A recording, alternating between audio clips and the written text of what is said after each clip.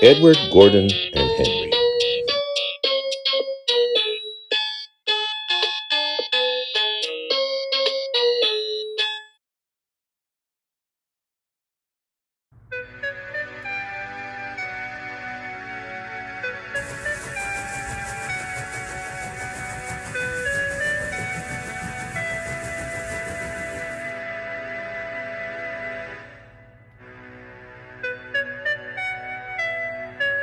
Edward and Gordon often went through the tunnel where Henry was shut up. Edward would say, "Beep, beep, hello," and Gordon would say, "Boop, boop, boop, serves you right." Poor Henry had no steam to answer. His fire had gone out. Soot and dirt from the tunnel roof had spoiled his lovely green paint and red stripes. He was cold and unhappy, and wanted to come out and pull trains too.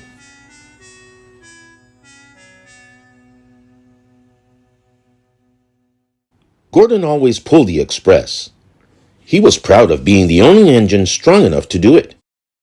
There were many heavy coaches, full of important people like Sir Topham Hatt, who had punished Henry.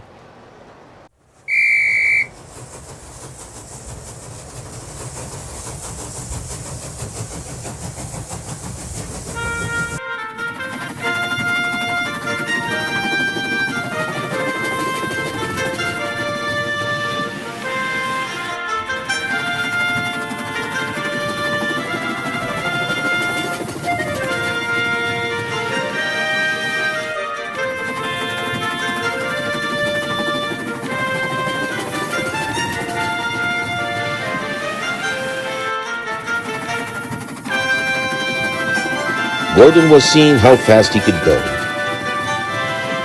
"Hurry, hurry, hurry," he panted. Trickety-trot, clickety-trot, clickety-trot, said the coaches. Gordon can see Henry's tunnel in front. "In a minute," he thought, "I'll boop, boop, boop at Henry and rush through and out into the open again." Closer and closer he came. He was almost there when crack! Whee! He was in a cloud of steam and going slower and slower. His driver stopped the train. "What has happened to me?" asked Gordon. "I feel so weak." "You've burst your safety valve," said the driver. "You can't pull the train anymore." "Oh dear," said Gordon. "We were going so nicely too. Look at Henry laughing at me." Gordon made a face at Henry and blew smoke at him.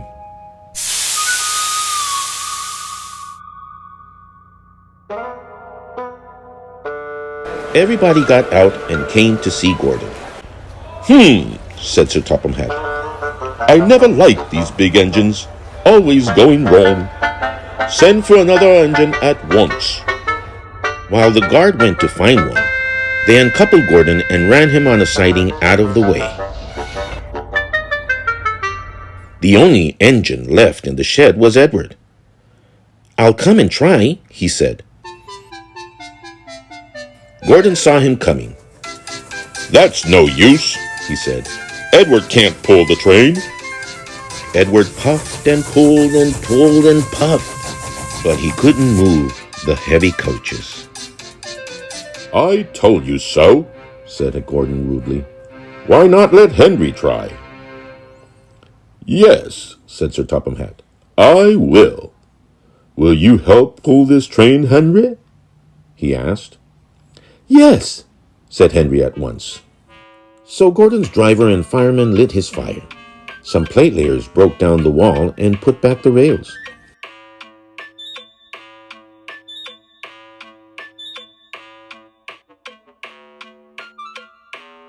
And when he had steam up, Henry puffed out. He was dirty.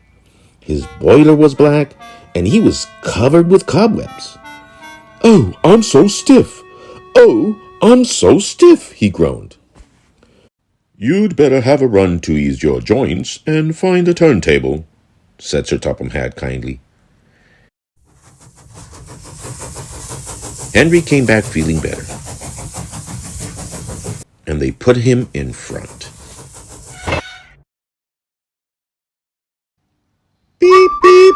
said Edward. I'm ready. Beep, beep, beep, said Henry. So am I.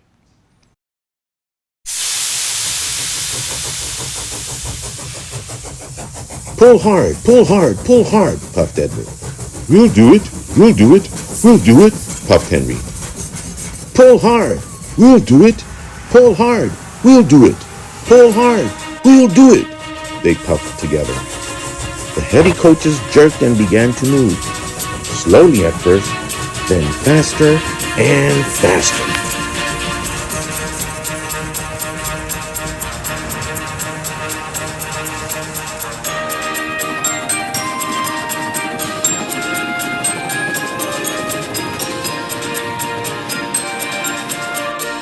We've done it together! We've done it together! We've done it together! Said Edward and Henry. You've done it! Hooray! You've done it! Hooray! You've done it! Hooray! Sang the coaches. All the passengers were excited.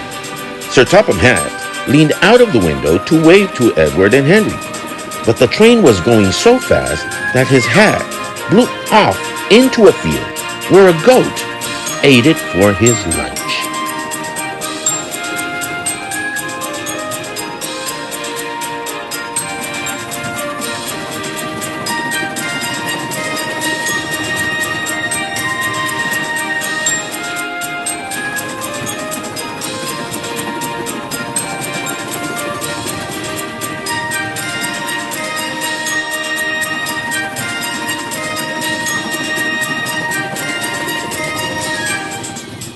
They never stopped till they came to the big station at the end of the line.